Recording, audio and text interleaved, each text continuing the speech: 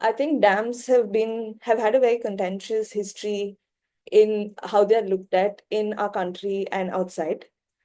Um, Initially, they were sold to us as great and great measures to conserve energy, hydroelectricity, a bunch of incredible benefits. But over the years, we have seen the destruction bring along with them. And in that conversation, India has uh, tried relooking dams by building smaller ones, which come with their own problems. And there have also been indigenous dams. So India has a long history with dams that is constantly changing. But in the US, one of the things that has happened is also thinking about and actually dismantling dams. And one of the largest dam removal project, or the largest dam removal project in this world, has been the Klamath River dam removal. And today we have Dr. Don Flickinger to speak to us about it. He has asked me to address him as Flick. So I'm going to be trying to do that. So Dr. Flick is a biologist and he's retired from the US Department of Commerce, NOAA Fisheries, California. Um, the fieldwork for his doctoral dissertation was titled Rehabilitation of Degraded Moist Tropical Forests in India's Western Ghats, Silviculture and Socio-Economic Perspectives, and it was done in Sirsi, Karnataka. This research investigated multiple species silviculture as a means to rehabilitate tropical forests and assess the impact of reforestation programs on local communities of forest users by their caste affiliation, gender, and age. He also worked as the field director for British Oxfam in Indonesia from 1981 to 1984, and he was a natural resource management specialist with the US Department of Commerce. Um, More relevant to our discussion today, Dr. Flick was also a member of the Klamath stakeholder negotiation process, where he represented the NOAA fisheries. And between 2005 and 2016, this group brought together 25 stakeholder entities to painstakingly work through conflicting interests, which ultimately formed the foundation for dam removals and the ongoing restoration of the upper Klamath River basin. So Dr. Flick, I will hand it over to you. And thank you so much for being with us today. Hello, everyone. ERA, Ecological Restoration Alliance, all of you people out there, I'm so pleased to be able to meet with you, albeit electronically. It's a really great opportunity for me to be here. And thank you, Vaishnavi, for the great introduction. You've reminded me what my research was. I think I'd forgotten what I did when I was living in Uttara, Canada, quite a few years back, but it's great to know that I had that background made possible for me. So here go my thank yous. Yulapa Reddy, who was sponsoring me to do the research when I was a Fulbright fellow, helped me immensely to get access to the forest that I worked in back in 1991, 92. So a special shout out and thank you to him. Pandurang Hegde befriended me when I was living there and helped me in so many ways with my sociological research that I did besides the silvicultural work. Sunita Rao, more recently, through friendship with Pandurang Hegde, has helped me and my family make three wonderful trips to India in the last probably 7 or 8 years. So thank you, Sunita, for that. And Abhisheka Krishna Gopal has helped me more recently on this journey, and particularly with preparing what you're going to see and hear right now, all of you out there in TV land. Finally, I want to say thank you to my wife, Jennifer, and my son, Parker, who are literally tending the home fires back in far northern California, where it's cold, rainy, and snowy right now as I speak. And so thank you to you guys for taking care of things at home, which allowed me to come here. So what I think I'm going to do is I'm going to set the scene about the Klamath as a watershed, where it fits into the overall hydrologic picture in North America. And then I'm going to talk a little bit about like Samira Agnihotri. She likes the term social engineering, so I'm going to use that some. And basically, that means how you get your ducks lined up in terms of institutional and social arrangements so that you can do something like remove dams. The actual dam removal is a predicate, it's a follow-up to all of the investment that you make upfront with your stakeholders. If you don't have that organizational capability to work together, even though you have very different interests, removal of dams is not a possibility. So I'm going to talk a little bit about the stakeholder process as a precursor to dams removal. Then we're going to show some pictures of actually what has happened with the dams coming down. You'll be able to see this exposed uh, landscape that used to be covered by water and all the challenges associated with beginning primary succession on a raw landscape, trying to keep exotics out and get native species established quick and significantly, and then following up what happens in the aftermath, both socially and ecologically, to ensure that you get the best possible outcomes with the huge effort that goes into this kind of thing. And when I say huge effort, it was over $400 million US that was required to actually do the dams removal. So I give you some idea of the costs involved. So to set the scene to start with, uh, what got this ball rolling initially was the Federal Energy Regulatory Commission has a process to relicense dam facilities above a certain size in the United States once in 50 years. And so it so happened that the year 2005 was the time when these four Klamath dams needed to be evaluated for their safety, their productivity, and whether they were meeting their mission, and then be relicensed. And if this opportunity was missed, then it would be another 50 years before there could be a revisitation of these dams and facilities through this relicensing process. So people in the belly of the beast, as it were, working for the US government in the Department of the Interior and in NOAA Fisheries, which is my agency when I was still working, they saw this as an opportunity to figure out how the utility in question, which is Pacific Core, could be forced to do significant changes that would be consistent with the Endangered Species Act, because we had listed fish species in the Klamath, in order to make sure that when the dam was relicensed, it would cause the least amount of harm possible. And if possible, to see if the dams could be decommissioned altogether. But that was more or less an objective further down the road at the beginning of the process. So the FERC relicensing was starting around 2001 to meet the final obligations in 2005. Around 1998, people working within the agencies started to contact stakeholders and say, this is our chance. It's our only chance in our lifetimes to do this. Let's not miss it. So the tribal entities, of which there are six main ones, decided that this was an opportunity for them to get fish back in the river. Obviously, historically, the fish were vital to the Native American societies along the river. And so they took up this as their own burden as well to make sure that the relicensing worked for fisheries benefits. So I'll talk a little bit of geography now and what the context is of the Klamath. And so we're going to switch to the PowerPoint. We're going to show just about 5 pictures so that you get an understanding of what I'm talking about, where it is, and kind of what it looks like. And then we'll come back to just me discussing about the stakeholders. And then we'll go back to the video presentation, the PowerPoint. So the cover photograph here, I hope you can all see it. It shows the site where the Iron Gate Dam was located. It's the lowermost, most downstream dam of the four that were removed. And this was taken 3 days after the final removal was completed and the river was flowing freely through this reach. So you see the discoloration in the banks further upstream. That's where the reservoir water was. So we call that the bathtub ring, where the bathtub ring was where the high water mark had been in the reservoirs when the dam existed. So let's go on to the next one. So here's a good look. You see the map inset of California and Oregon states, west coast of the US.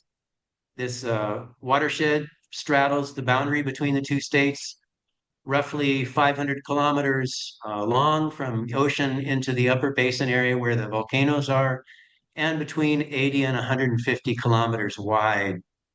Where I live is Wairika, which is right in the middle of the watershed, kind of at the pinch point in the hourglass. And you can see in the upper basin, it's a lot of tributaries that form into quite large rivers, and then they are all collected in a series of lakes. These obviously were all cut off when the hydroelectric projects were built starting in the 1910s. So we've got upper basin tribes who did not have access to their historical fisheries for over 100 years. Notice that there's also upstream irrigators who are diverting water out of that system. The big Klamath irrigation project, which is in the kind of lower right, that's water taken from the upper Klamath Lake for large-scale irrigation purposes operated by the Bureau of Land Management. So those stakeholders have a lot of political power as they are large landowners. Then you see in green the National Wildlife Refuges operated by the U.S. Fish and Wildlife Service. They also are deeply involved in the water management of the area because they have refuges that need water. And these are important flyway stopovers for Pacific Coast birds that are migrating both north and south seasonally. Then further downstream, you see the Red Indian tribes, the Karuk, which are close to Wairika, the Yurok, and the Hupa. These are the main tribes in the lower portion of the basin who had access to some fisheries, but the water quality was so damaged by the presence of the dams that they also were hoping for dam removal to improve flows and water quality for fish downstream. So let's go on to the next one. Oh, back up. Going the wrong way here. Can I go back?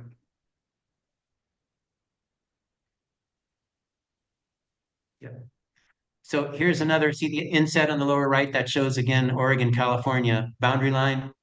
Here we are back right there on the border. You see where the red circles are. Those are the four dams in question. Iron Gate's the one you saw the picture of at the outset. Then come Copco 1 and 2. Then comes J.C. Boyle Dam. And there are two more reservoirs, two more dams above there, which are right where it says Klamath Falls.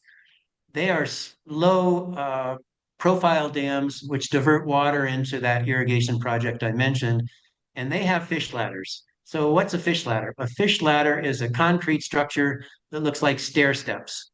And the fish are able to swim up those stair steps to go from a place of lower elevation to a place of higher elevation, thereby bypassing a dam facility.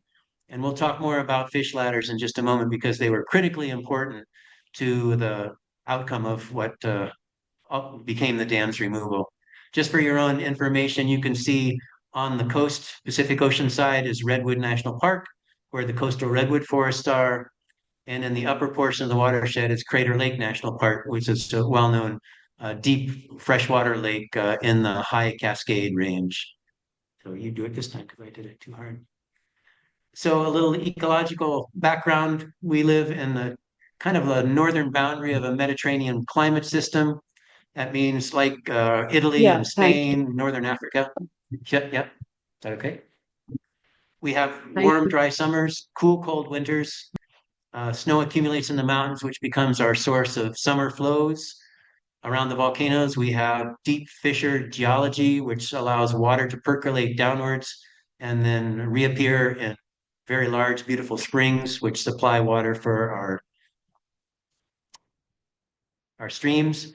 And then the valley floors, you see in the picture, kind of the flat area, those were historical wetlands before they were drained and turned into agricultural areas and predominantly occupied by castor, the North American beaver, which helped create those landscapes through its dam building. And there'll be a special commercial advertisement for beaver at the very end of this presentation. So on we go. And this side-by-side photograph, I just want you to notice here that the dams weren't the first deep insult to our Klamath system. It goes back a long ways, and it's all associated with gold mining. And gold, as you know, was first discovered in 1849 in the Sierra Nevada of Central California. It initiated the gold rush, which was a big process of settling the western part of the United States. Large numbers of people came. Those who stayed weren't the people that necessarily were looking for gold, but they were providing goods and services to those people who were. And Mandeep had said he knew something about denim, had something to do with the gold rush. Yes, indeed. Levi Strauss, who was a French guy, he created blue jeans. And so if you're wearing them or have ever worn them, this is all coming from the California gold rush. So there you go. What you see on the left-hand side here is suction dredge, or excuse me, it's uh, dredge mining using large floating dredges And my friend Will used to drive up and down the Klamath with this photograph on the left on the windshield of his car, looking for this particular reach of the river because he couldn't figure out where it was. And then one day as he was driving, eureka, there it was. So he took a picture, which is the right photograph, and it shows the result some 100 years later from the beginning of the mining, and then most recently this dredging in 41, which basically froze the active channel of the river on the river right or the right side of the valley floor after this mining occurred. So when you do this mining and you don't have high flows from a natural wild river system, there's not enough energy in the river to be able to occupy its historical floodplain. So there you go. The river has stayed on the right side of the valley for all this time, incising downwards, deepening itself and lowering the water table because of this historical mining that occurred there. So I think we'll stop it here. So far, can you hear me? Is the audio okay? Mauricia, it's good, okay. So what we're gonna do now is gonna do a little bit of a, how do I say this? It's kind of like Hollywood, maybe a little bit Bollywood, you'll see, but it's an entertaining way with some music and some singing about what I've been describing with this dams removal and what it means to the local people, particularly the Yurok tribe. And there's a few things that are not factual and not accurate in the video, which are large failings in my view, and we'll discuss those after you watched it. But I thought you'd just like to see another vision or another version of what the dams were like, what happened when they were removed, and what it means for the future of the people who live in this watershed. So can we go to the video?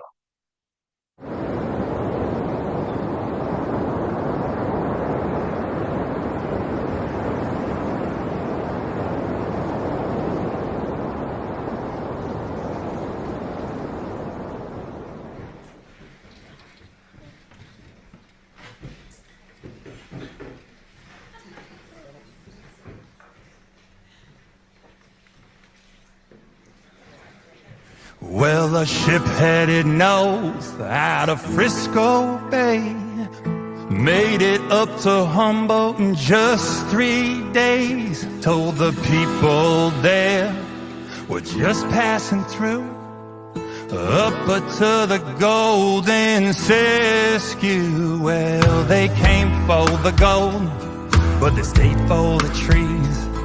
When they cut them all down, they headed out to sea. And when the fishing got tough, they came back to land. But Captain said, don't worry, I've got a plan.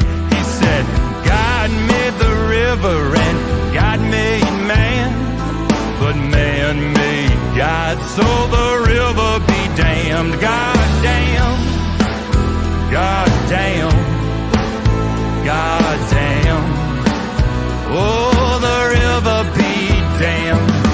Captain headed north up to the mighty Klamath. He said, now that's a big river, I can't wait to dam it. So they dammed the water, then they dammed it again.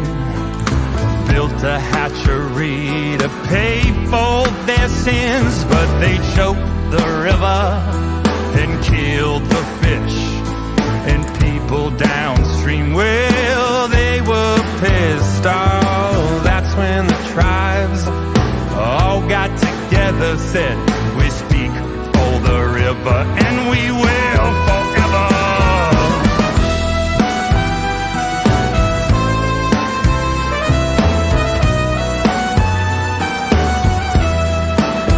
Oh, they called Warren Buffett, said time's running out. They sended salmon to the White House, and nothing seemed to happen that day or night. But decade after decade, they never lost sight. They united the community, and then the whole state got the Congress to legislate, and the president signed off, and now it's history. And that's what you can do with your community. We took it back, just like that. We took it back, we took it back. We took the river back. We took it back, just like that. We took it back, we took it back. We took the river back. All the way from the mountains out to the sea. Well, that river, now she's a flowing free.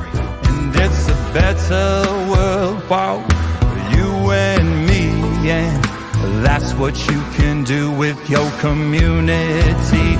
We took it back, just like that. Just like that. We took it back, we took it back. We took the river back. We took it back, we took it back. Just like that. Just like that. We took it back, we took it back. We took the river back.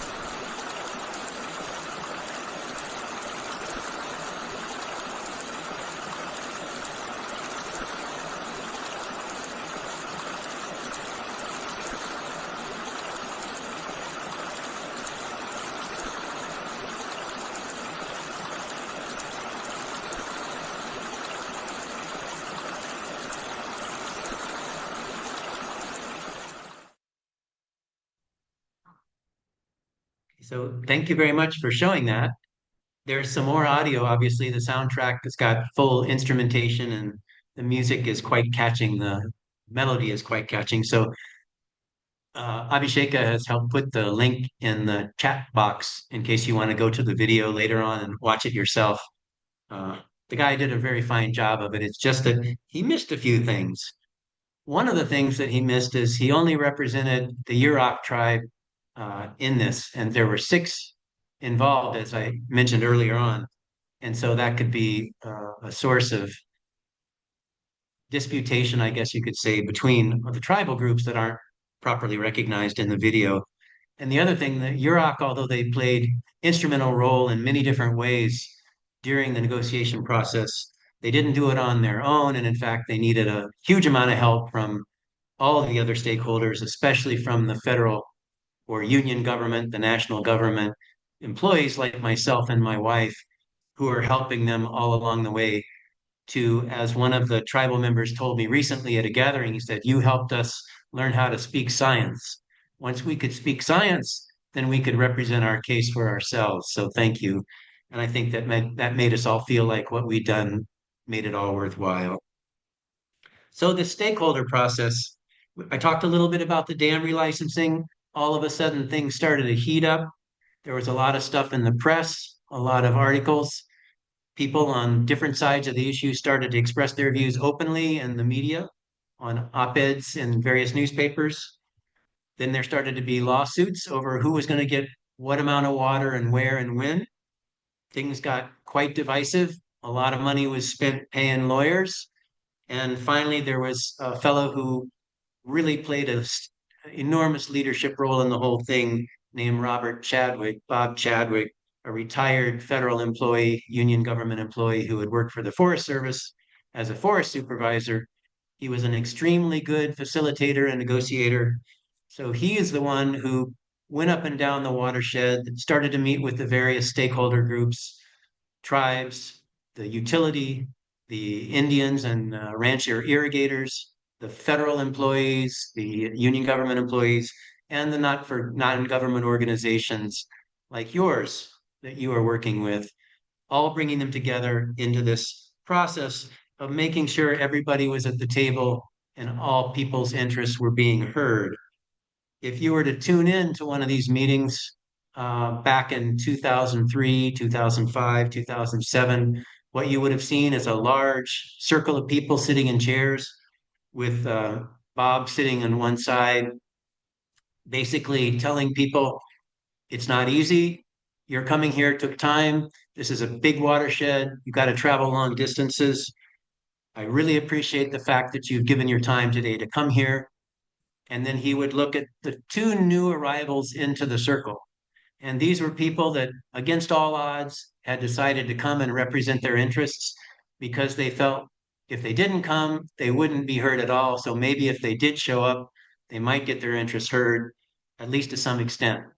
So after the initial niceties, he would say, so and so, I'll call it a cowgirl sitting over on one side, cowgirl, so and so, I can see by your body language, you're not happy being here. You're extremely unhappy looking across the circle and seeing so and so tribal member down there who you've been fighting in court with. You both have been suing each other. I think it's a huge point in your ability to lead for your group of people that you're representing to come here today. And because you've made this commitment, I pledge to you that in this group today, we're going to hear what your grievances are, what your story is you have to tell from A to Z. And we won't finish this until you've told us your story, you feel satisfied that you've been heard, and that everything that you've said is recorded properly in the minutes of the meeting and will become available to everyone in this group. But that's not the end of the story. Then he turns to the tribal member on the opposite side of the circle and he says, and so, you tribal member, I would like to ask you to be the representative of the group, to be the listener to whatever is going to be said today by Cowgirl over there on the other side. And when Cowgirl is done speaking, I would like you to reiterate to the group everything that Cowgirl has said until Cowgirl is satisfied that you've gotten it right. And we won't leave the group from this meeting until she is satisfied that you've gotten it right. And then that will go into the minutes of the meeting. So you can imagine that fisheries tribal member is going to start listening very carefully because they don't want to be shamed into looking like they're not intelligent enough to listen properly or to reiterate to the group everything that person has said. And it so happens a few days later in the negotiation, the circle is formed again. And this time it's the opportunity for the tribe member to express all of his or her grievances to the group. And it's Cowgirl's opportunity now to become the listener and recorder. And so you see, they both have made a tremendous commitment in listening to each other across these many days. And bit by bit, this is how the group was formed and how the group grew. Bob always said that the group was stronger when it was bigger. And we consciously went out to find the people who were creating the greatest trouble in the media and in the courts to bring them into the circle. Another activity that was very effective is having people write down on 3x5 cards what their worst possible outcomes would be in this negotiation process. And of course, people would say, my family has to move away. There's no opportunity for me economically. My children can never do what we've done here for 5 generations. There'll be no more fish in the river. There'll be no water for irrigation. And on and on and on it goes. And then the next activity would be a few hours later, maybe a day later. Okay, you talked about your darkest possible outcomes. Let's talk about your best possible outcomes. What might those be? Write down the 3 to 5 things that you really think would make this a success. And guess what? What people wrote down was very similar. My family can stay here. My kids and my grandkids can live here. We can all make a go of it. We can live here and make a good living off the land, and the fish will thrive, and there'll be enough for everybody who has a stake in this.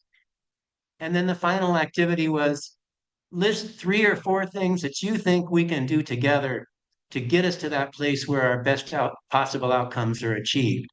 And so those things became the working tasks for the group in the next meeting that would come up. So you can see how each step of the way, he was laying the groundwork for people to move forward with everyone's interests included and everyone being part of it, nobody being left behind.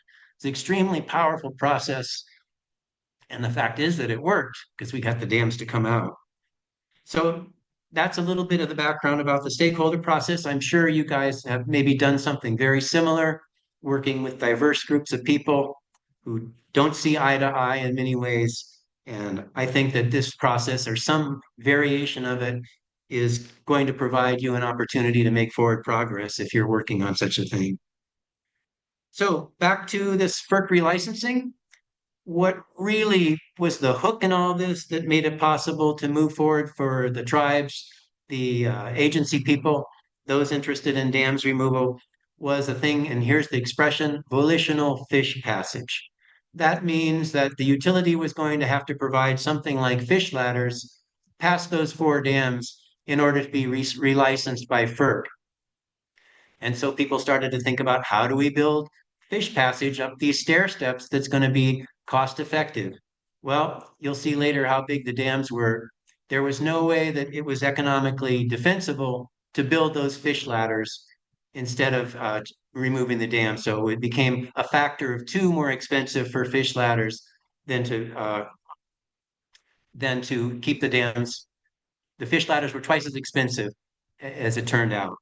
And so where we went from there was an administrative law judge for the federal government, for the union government, made a determination on these uh, suits that had been filed and the points in the law that was much in favor of the dam removal people. So it was 13 out of 16 counts in the judge's decision that were in favor of having this volitional fish passage, knowing that it would be too expensive for the utilities to implement them. So the take-home message from this is it wasn't saying that the utility had to take the dams out. It was saying that the utility had to provide the passage for fish. And that was instrumental in the law, not saying no, but saying you had to do X instead. The day that happened, the utility decided they were in favor of removing the dams, and the whole process moved forward at a much more rapid rate of speed. This was about 2010. The final decision for the agreement to remove the dams came in 2014. There were three times that the whole thing was almost dead. One of the times being when the US House of Representatives failed to pass legislation to appropriate funding for the dams removal, 400 and some $1 million. And so at that point, everybody thought maybe this is all going to end. What can we do? Well, it so happened that the states of Oregon and California together worked to appropriate funds, and the utility itself, PacifiCorp, raised its rates a little bit for the ratepayers to help kick in money on its side. So the utility actually helped collect money to remove the dams, which I thought was a remarkable turnaround. Okay, so I think I've gotten to the point where we can go back to the slides. I've forced you guys to listen to me. You haven't seen anything about what it looks like to remove a dam. So now that you've been patient, you'll be rewarded. Okay, very quickly, anadromy is what it's all about here. These salmon that everybody was interested in, they have a lifestyle where they are born in freshwater, they rear for a certain amount of time, then they migrate downstream, and they grow to a large size in the ocean. That's what anadromy is. And Mandeep has told me that you have a species here in the Gangetic Brahmaputra estuary area called Hilsa. It's an anadromous fish, so it has a life history very similar to this. Starting on the left side, you see adult fish coming in from the ocean. They spawn in habitat in the substrate in the creeks and rivers. The eggs stay in the substrate for 1.5 to 3 months. The alevins are uh, hatched out of the eggs and they stay in the substrate with an egg sac that they feed on for a few weeks. Then they become fry and start to swim. Of course, initially they can't swim very strongly, so they practice, they become larger, they become par, they get these markings that are very clear when they're that size, and then they begin the smoltification process, which is a very slow uh, excuse me, energy intensive process of getting used to salt water. So going from fresh to salt water. They head out to sea and they rear in the sea from any number of years, 1 to 3 years, maybe even 5 years, depending on the species. Then they repeat the process by coming back upriver. So you can imagine if you have a dam, it interrupts the process and these anadromous fish can't complete their life history. So very quickly, a look at a few other anadromous species in the Klamath. We've got sturgeon, two species of sturgeon, white and green. They're quite long, quite big. They're the largest of all freshwater fish in North America, and they've been detected up 100 kilometers upstream below where the dams were. So not up to where the dams were located, but far upstream, and they're affected, of course, by water quality and flow. Next. And here's eulachon. These are smelt. We have pretty large diversity of smelt in the Klamath. It's a circumpolar distribution. And you can see what's special about our smelt in the Klamath is they go quite far south into lower latitudes. So along the coast of North America on the west side and Kamchatka are the two places where we find these smelt finding their way far down away from the North Pole. We've got lamprey, which is a jawless fish, parasitic fish. They also come upriver to spawn, but they hitch a ride if they can, most often on salmon. So they feed on the salmon's tissues while they're hitching a ride. They lay eggs. And then there's this amazing life history stage where they live in the sand as immature juveniles for up to 7 years in some cases as ammocetes, which means actually lying in the sand. And then after this period of development of their teeth and their eyes, they eventually get large enough so they can float down to the ocean.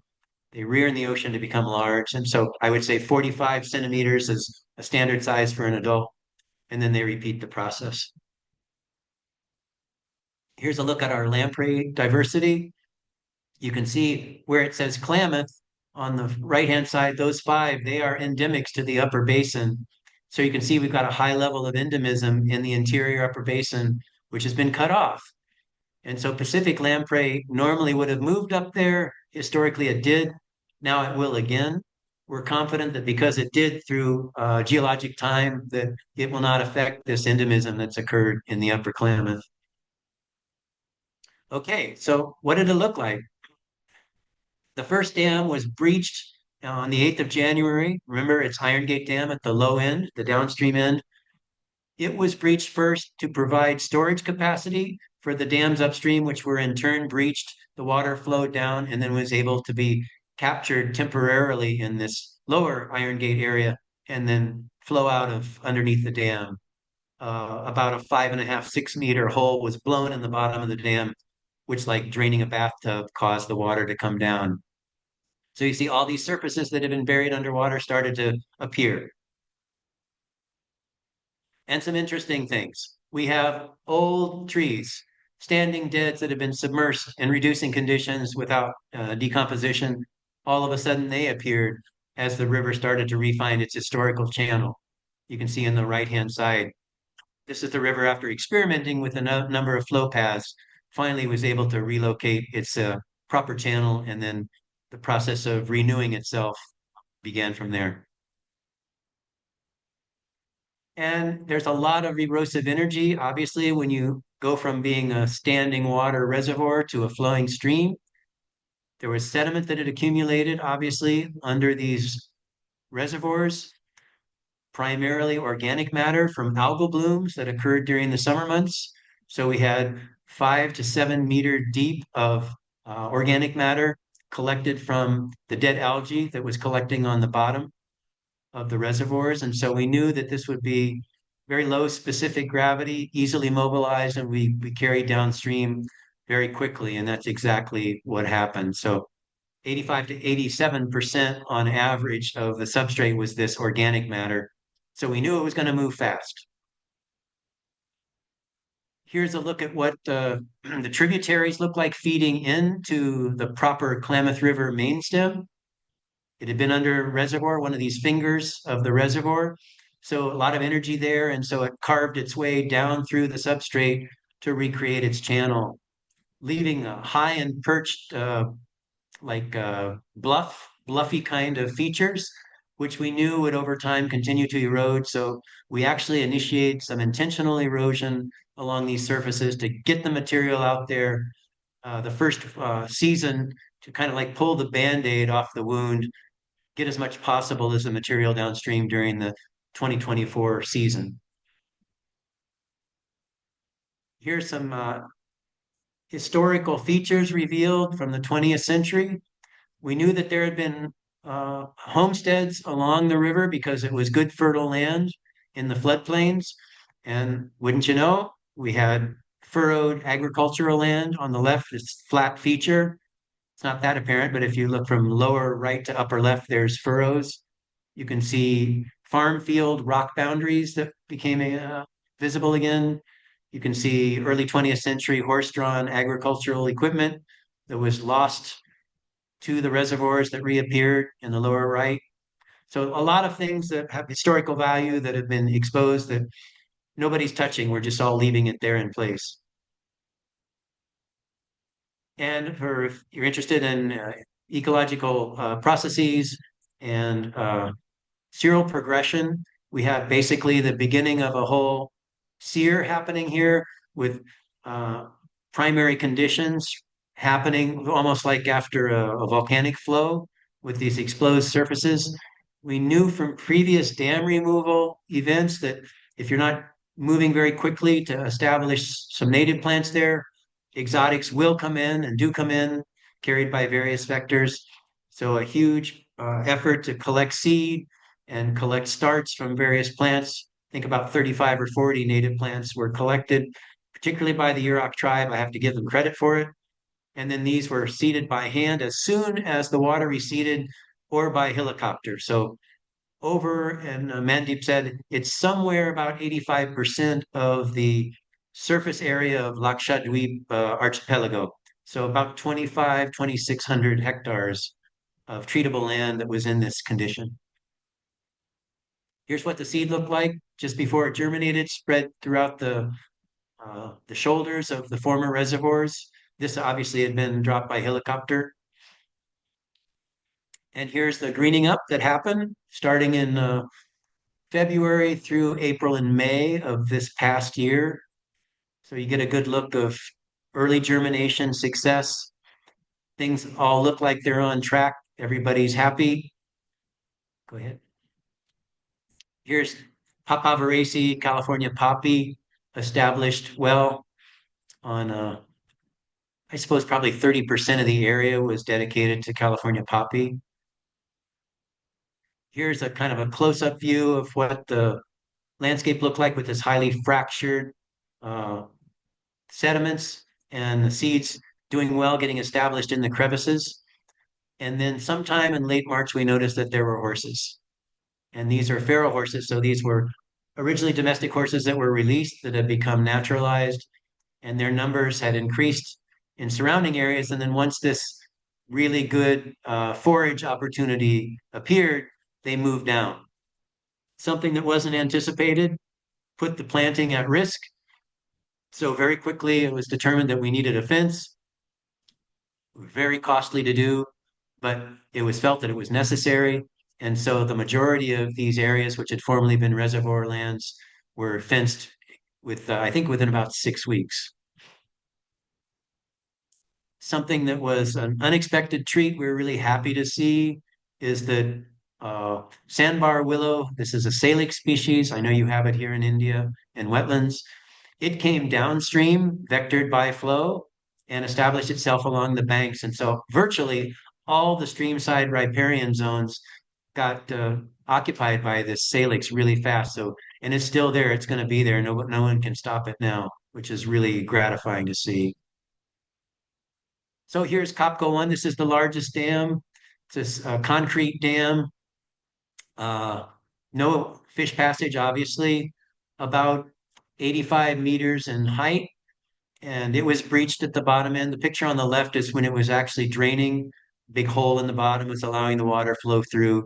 And then in September, the final removal of the dam, you can see the final little causeway of material being removed and the equipment moving out.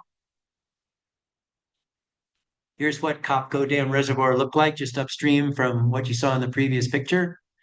Really high bathtub ring there. I think we're in the neighborhood of probably 70, 75 meters. But of interest also in the background, you can see the historical floodplain surfaces, which had been agricultural land up to the early 1910s, 15s. all of that was covered and then exposed again, and it was all planted, as I mentioned earlier. So these are all areas that are going to have a lot of opportunity for utilization by communities in the future. Here's Iron Gate on the left. It's the lowest one. It was an earthen dam, one that posed real risk in a flood situation. Again, it was a run-of-the-river dam, which means that you see on the left side of that left photograph, there's a spillway there. So once the dam filled up, it just spilled the water. There was no way to control flow other than spilling it. And so with that kind of situation with just an earthen dam under high flood conditions, you run some really big risks. So that was also a FERC consideration in the relicensing. And on the right, you can see what it looked like just a few days after it was removed. And the final little bits and pieces were taken out of the Klamath. Here's a reach of the Klamath River that looks like a horseshoe. It's a place that the water stopped flowing when Copco 2 Dam was built. The water was diverted into a pipe that went through the mountain, down a penstock, which is the pipe that delivers water to a turbine generating facility. And that's why this little section of the river, about 3 kilometers, was dry for over 100 years. And then the water started to flow, and now people are running this river. Rafters are running this part of the river for the first time and very excited about it. And here's the fish. These are my own photographs, not too clear, but you can see fall run Chinook salmon. So this is Oncorhynchus chawicha. It's the kind of salmon that come up in the late summer, early fall. They hold for just a few weeks and then they start to spawn. So these were the first run of fish that experienced the Klamath after the dams had come out, and they braved high sediment loads in the water before it was actually clear to get upstream. And nobody knew that they would come. Nobody expected them to come the first year, but over 1,500 of them have gone past the dams already, and active spawning is occurring in the tributaries that were underwater in the reservoirs. Here's the mouth of the Klamath. You saw it in the picture in the video. The river's connected again, which provides lots of opportunities for cooperation. Also lots of problems because this fish forces people, these various fish runs force people to work together. And so we're facing a whole new set of management issues associated with restoring the river from its mouth all the way up. And of course, you know, these estuaries that we've got a good view of right here are important places for all the fish to go through that smoltification where they turn into saltwater fish. So a lot of focus is here in the lower river to improve habitat because everyone's fish needs to use this part of the river when they're entering the ocean. And a little bit of the hardware of the dams is staying. It was felt that this powerhouse for Copco 2 that had the turbines and the generators too, one is shown in the upper right, they're valuable enough as historical structures to save. And in the process, the Shasta Indian Nation was given about 1,100 hectares of land for their own purposes to become a homeland, which they did not have previously. And they have the intention of establishing an interpretive nature center and a thing for tribal outreach and activities in the former powerhouse. And it's just to be opened as early as this coming summer. Upper left, you can see the former penstock. This is where the pipes came out of the mountain and down to the turbines. And then finally, you must think that I'm a real adversary of dams. Not at all. I have a real strong affinity for certain kinds of dams, including the ones that are built by beaver. Historically, beaver were part of our landscape. They created the fertility in our valleys where people are practicing agriculture now. And so in 2015, up in our area, we were the first in California to start building these beaver dam analogs. They're in-stream structures built by hand. You post pound into the substrate of the stream channel, then you weave willow between the poles, and then you pretend like you're a beaver and you start stacking rock, sediment, and live material into the structure that you've created. The upper left picture, you can see the beavers have come along and they've adopted the structure that was created, the BDA structure that was created, and the people there are working to shore up a little place where there's a breach in it because the beavers have for some reason decided not to do it. But this was a kind of fine-tuning management that maybe you do initially when you're just wanting to get the structure well established. and then you turn it over to the beaver, and nobody expects that the structure should last very long, normally 4 to 5 years. But if you have a lot of redundancy in what you do, you build several of these structures. If anyone fails, then it's no big problem.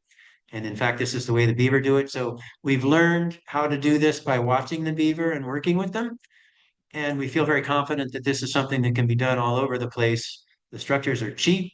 You can build one of these not too long, maybe 5, 6 meters across for about $1,500 US with using your own labor. And the reason why these guys were tending the one on the upper left is because it was such a big one and such a lot of work had been put into it. They wanted to make sure it lasted at least for a little while. So you can Google BDA, beaver dam analogs online and get a wealth of information about what they are and what the ecological services that they provide. And in India, you have this history of building these kind of structures, I think, in your landscape. There may be opportunities for you guys to do water detention in places where you want to have more water stored for longer. That's something to think about. And that's the end of that part of the talk. There's a video which shows the water coming on when it was finally damaged. I guess we can either watch it, it lasts for a few minutes. So here it is. This is the 4,000 plus CFS release from COPCO 1. It's now made its way 2-3 miles, something like that, from the dam downstream to the Narrows here in Upper Iron Gate Reservoir.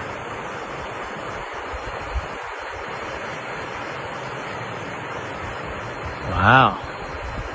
Markedly different in appearance than it was with just Fall Creek flow only coming down. This is before the wall. Right here. After the waves are coming.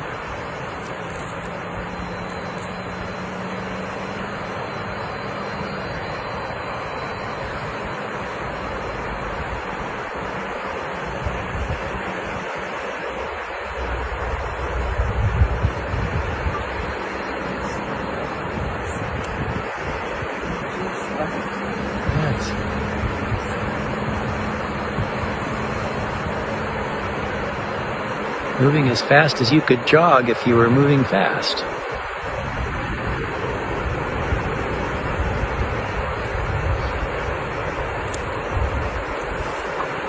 And for the first time in close to 100 years, water's going to be passing the Narrows, the pinch point here.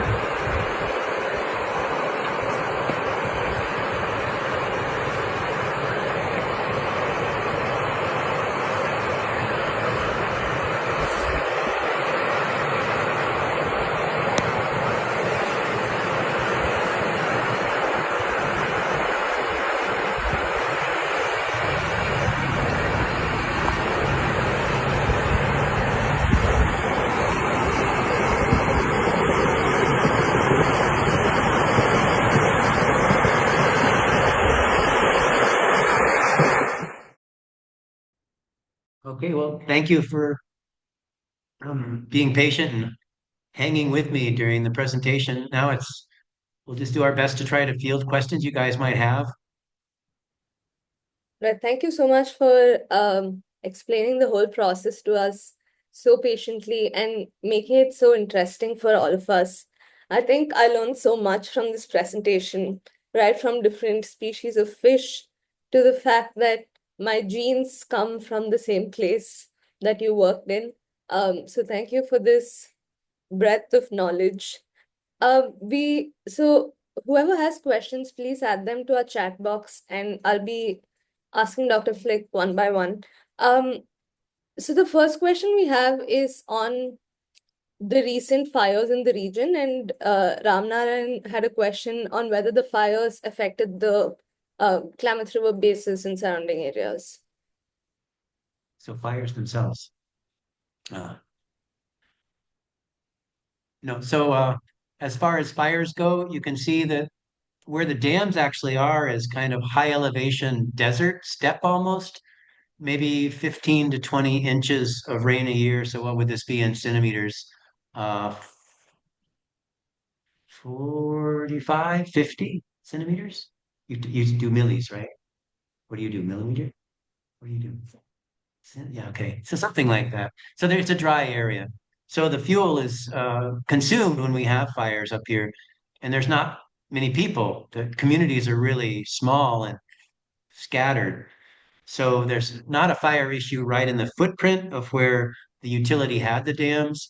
But yes, the answer is absolutely in the Klamath watershed as a whole. We have a huge fuel accumulation on our national forest lands, and the people that live surrounded by the forest are constantly at risk from wildland fire. And so they've proactively created fire safe councils, trained themselves up in the incident command system, so they've been able to get certified. I'm also a certified wildland firefighter too.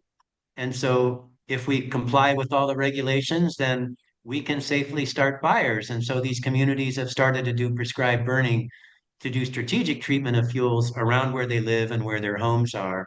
It's a long process. Wildland fire itself is the only thing that will get our fuels back in line with historic fire periodicity.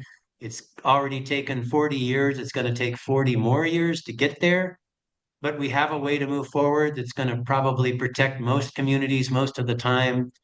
So what's wrong with LA? All those wealthy people down there, why can't they protect themselves? Well, they built their community right in Chaparral, which is a highly volatile desert kind of step system, and there's nothing you can do to stop fire when it's wind is blowing at high velocity. You have dry fuel conditions and you have an ignition.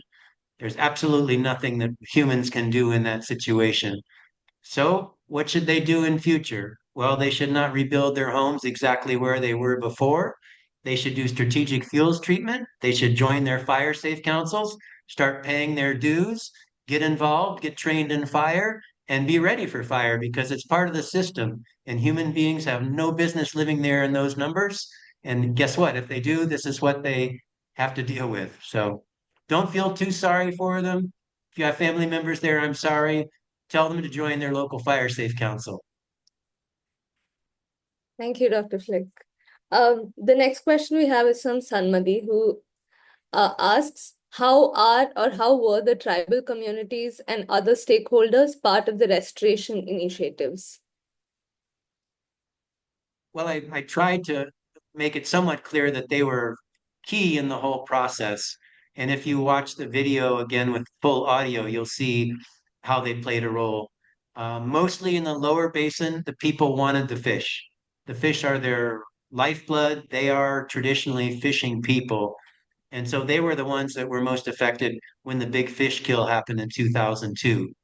Why did the fish kill happen? It happened because of low flows and bad water quality. So when these fall run fish that I mentioned started to come into the river was anoxic and it was filled with chemicals. It was filled with algae, and the adult fish could not survive in it. And so we had huge die off of the large fish, which is one of those adult fish is worth about 1,000 little fish. You think about how many fish need to survive to come back as adults. So each one of those fish is worth a huge amount. And that mobilized the people when they saw those fish dying in those numbers to start taking action. And a lot of the tribal people said, what can we do? And that's when the employees of the union government said, there's the relicensing process that's happening.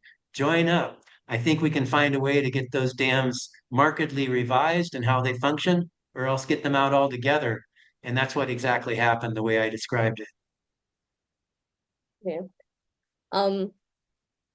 The next question we have is from Natasha, who asks us why the fish ladders were more expensive to install than demolishing the dam. Also, what happens to the dam debris once they are brought down? So the second question, that's the easy one.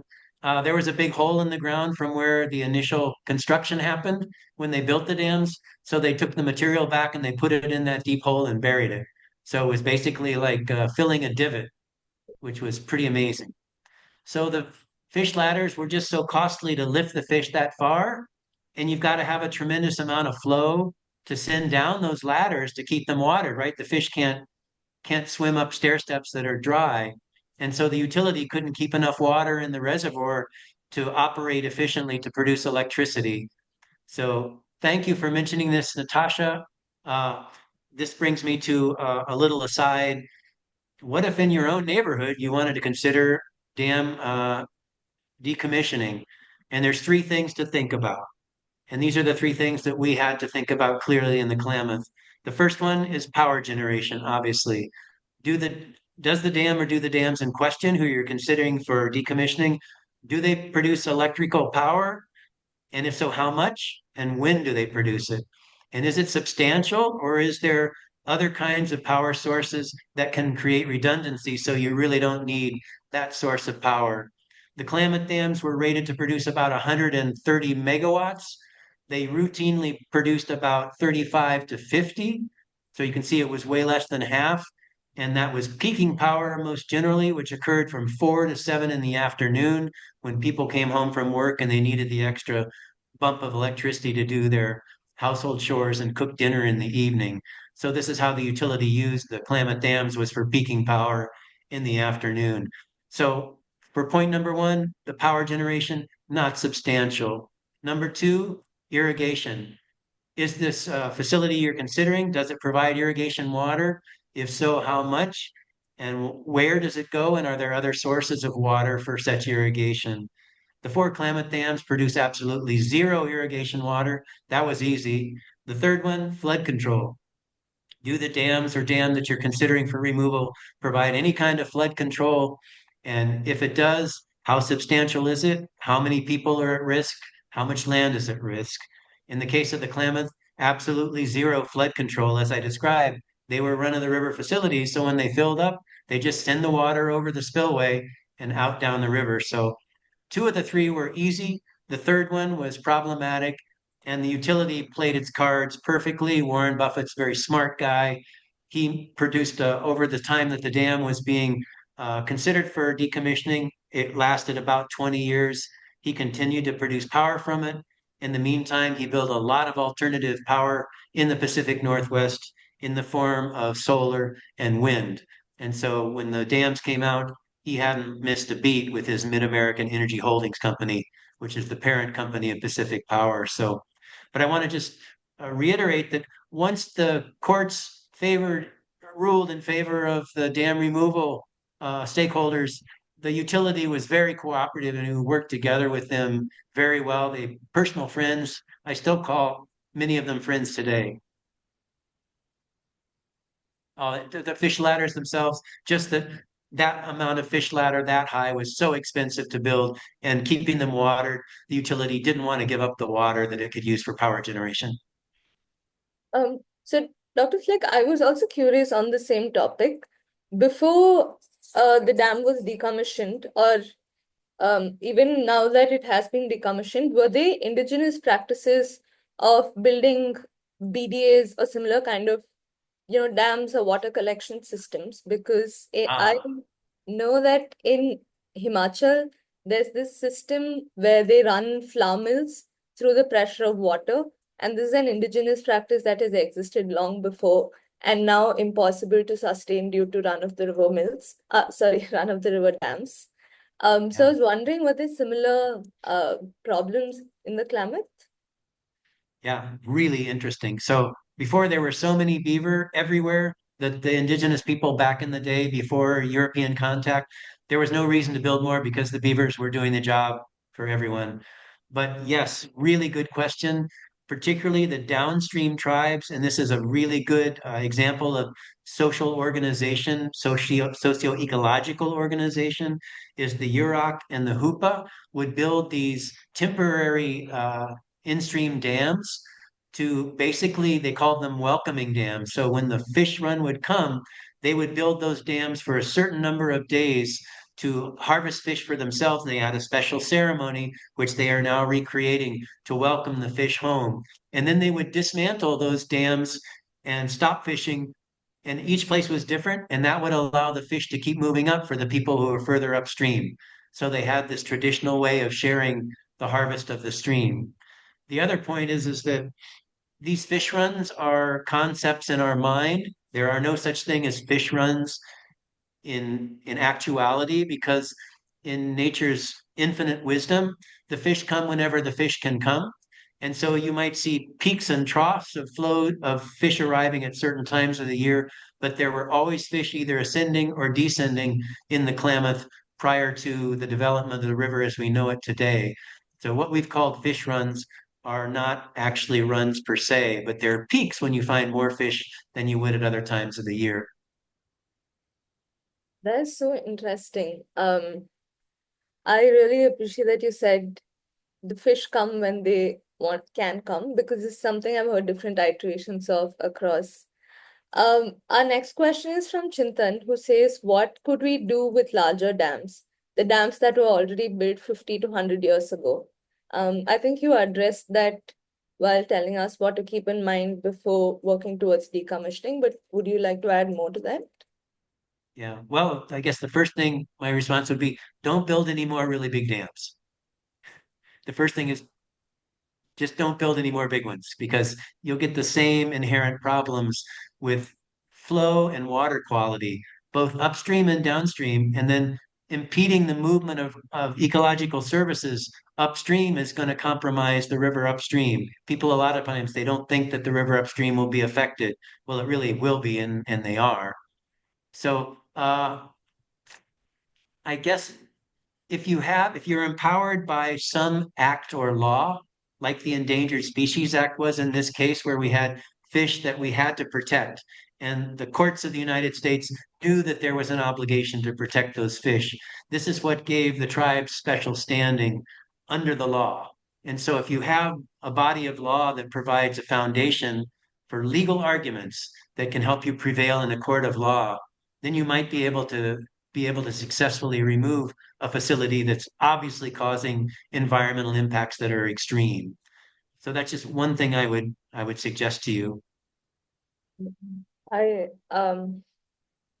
That is true. It's a lot of bureaucratic work to even begin considering this, but I genuinely hope, against all hopes, that there aren't any more big dams coming up.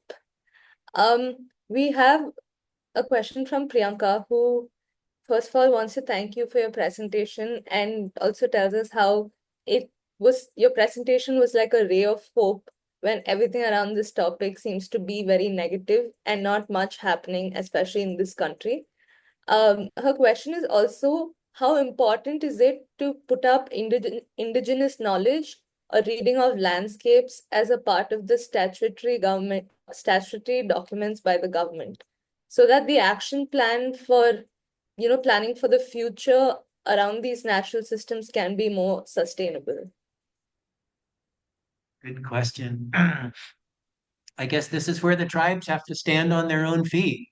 They have to be able to come to the table and say, we understand what our rights are. We understand in the treaties that the government has signed with us are. We have government to government relations with the United States government. We want to be heard. And so if their argumentation is strong and bulletproof, then they can be able to make a strong case for themselves in their traditional landscape. The other piece is if they're capable of purchasing the lands that are rightfully theirs, this is what they can and should do, and they are. And the way that they're doing it, which I have some ethical issues with, is they build casinos. So they do gaming and they make money from people gaming, and then they use this money to reinforce their tribal structures. And that includes purchasing land, which historically was theirs, but they lost. So that is the strategy that they are using. Also, backing up my friend Steve Reynolds, who I went to high school, he asked a question. He's tuning in from the United States. It's about the fish migration. Why would salmon choose to swim up the Klamath now to spawn if they had not historically done so? So, the research by a guy named Stephen Miller at UC Davis, University of California, Davis, has done the formal and complete genetic analysis of Pacific Coast salmonid fishes. And all of these fish have a precocious gene, which allows them to ascend the river. It's a recessive trait, so it's not always expressed. But when it is, they come in the river early and they swim as far up as they can. And so this is a way that a river like the Klamath that didn't have fish going up there for a long time. This recessive trait is in all of the Pacific Coast fishes. And if you get two recessives together, the offspring of that will have this predisposition to swim early and swim far. And so it's one of nature's strategies to reoccupy areas that are far up these watersheds. And the Yukon River in British Columbia has salmon runs that go over 1,500 kilometers, believe that or not. Our fish go 400, 500 kilometers maximum. So the Yukon fish, they take the prize. They swim better than anybody. And that's quite a distance. I think Neeti also said similar to what you said, but in a much more concise version of how the salmon and other fish return because it's a very old migratory route. We have another question from Suprabha, and she asks if there is a plan to decommission more dams in the US. Constantly. We built dams in the eastern part of the United States when Europeans first settled. We built them for power generation, to operate textile mills to make clothing. These dams were low head dams in these small streams of Connecticut, Massachusetts, New Hampshire, Vermont. And when internal combustion came along, these water powered facilities became obsolete. They were no longer used. Some of them are very beautiful buildings that are now used as shopping malls in these little towns. People go up there to shop from New York City. But the dams themselves, in many cases, have persisted and they cause these passage barrier problems.